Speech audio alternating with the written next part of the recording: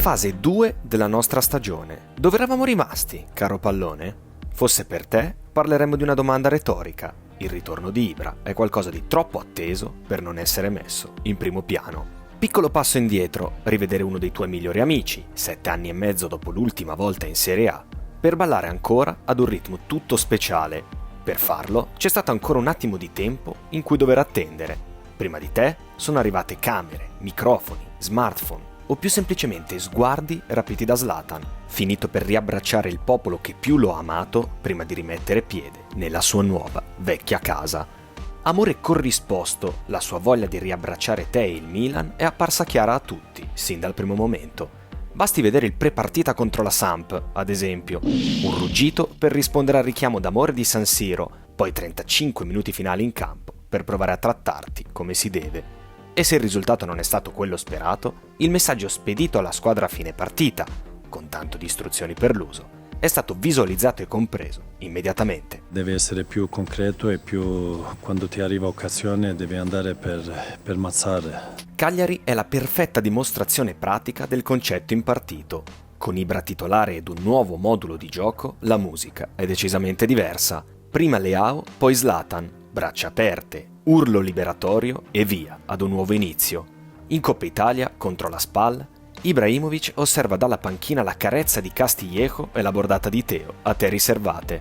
4 giorni dopo, nella cronaca di un finale perfetto e di gol capolavoro, tocca a Rebic trasformarti in oro per le prime volte nella sua esperienza rossonera.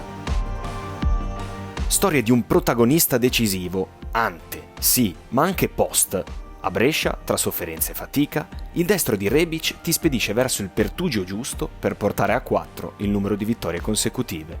Poi è di nuovo tempo di Coppa Italia. La carta vincente dalla panchina, stavolta si chiama Çalhanoğlu.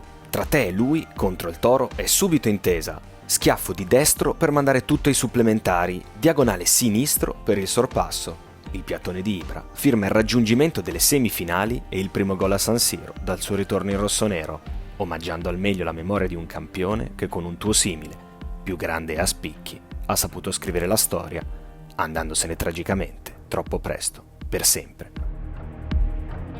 Nella sfida al Verona, senza Ibra e Bennacer, riscopriamo con te il classico rapporto d'amore e odio. Sorridiamo per la deviazione decisiva della barriera per il pareggio di Çalha. Proviamo brividi quando sbatti 2 volte sul palo nelle offensive avversarie. Stessa sorte toccata a noi nei minuti finali quando il destro di Casti si ferma davanti a un destino che dice no, rovinando in parte l'avvio del 3° capitolo della dinastia Maldini.